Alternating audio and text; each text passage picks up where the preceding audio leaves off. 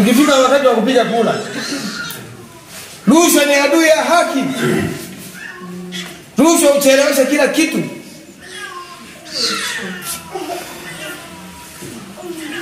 Niwaombe sana viongozi wangu, wakati wa uchaguzi tuchague viongozi wenye hofu ya Mungu, viongozi wanaojali shida zetu, viongozi wanaotupenda, viongozi wanaosikiliza shida mbalimbali, viongozi wanaopambana. Anasema tuleteni wabunge, akipewa kazi aweze kufanya nini? Kuifanya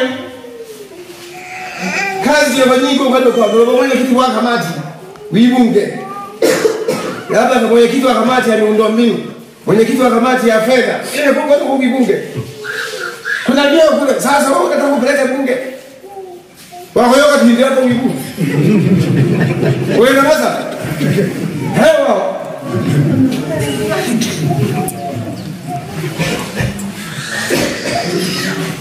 tunataka tuwe na heshima. Sisi haitaki omba. Inataka mbunge anayejitambua. Inataka diwani anayejitambua. Diwani mwenye hofu ya Mungu, anayetupenda wana sisi. Anayetupenda wana Budikonzi. Tulia leo watoto wangu. Mwaneleo. Na wewe unalala hapa. Mwenye kiti. Na wakati Tolela mama ndetone.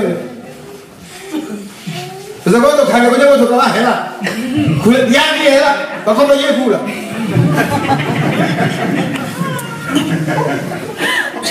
Sisi moye. Mwasaya hapo. Haya mambo ya siasa. Mimi nataka niwaambie. Mambo ya siasa lazima uwe na kundi. Kundi la Nyororo ni nyinyi. Nyinyi si ndio mlinipa kula? Mimi nimenawa sasa hivi. Nimeongea, Daktari Samia Suluhu Hassan amesikia. Rushwa haitakiwi. Nimeongea. Sijui ni saa ngapi sasa hivi. Mungu amefanyaje? Wewe wako. Mimi nimenawa lo chakula serikali legelege. Lo chakula kiongozi legelege. Kiongozi legelege. Maana ni serikali kabisa legelege. Tunataka viongozi kimtuma kienda. Anaenda kupewa kazi yoyote kwa mwenyekiti wa kamati. Kuna ibu wasili.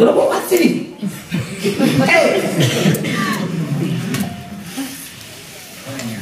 Tuweke juu makuna kuja masanzo. Tuyo walia tutala muwabiza. Tunaelewana? Wana sisi ya mwenzangu. Unaelewa unamjua sisi ya mwenzangu. Tuitoka guli. Tupendane. Sio hizo wote tunaembelembele. Hela, jana Louisa. Iyo jina mwa Louisa. Sana. Yaka. Afimana wewe. Amekula siri. Uchaguzi sio wa kujaribia. Tusijaribie. Uchaguzi sio wa kujaribia, tusijaribie. Na nafurahi kuambia Bongo ina wenyewe na wenyewe ni sisi. Wapo watu wameshaanza kupita wanawaita, wanawakusanya, wanawapa fedha. Tembeki ya wana Karundo, mchunguze kwanza kiongozi wa hivyo kama siri. Kiongozi mwenye hofu ya Mungu, kiongozi anayependa watu wake. Tunaelewana na sisi mwenzangu.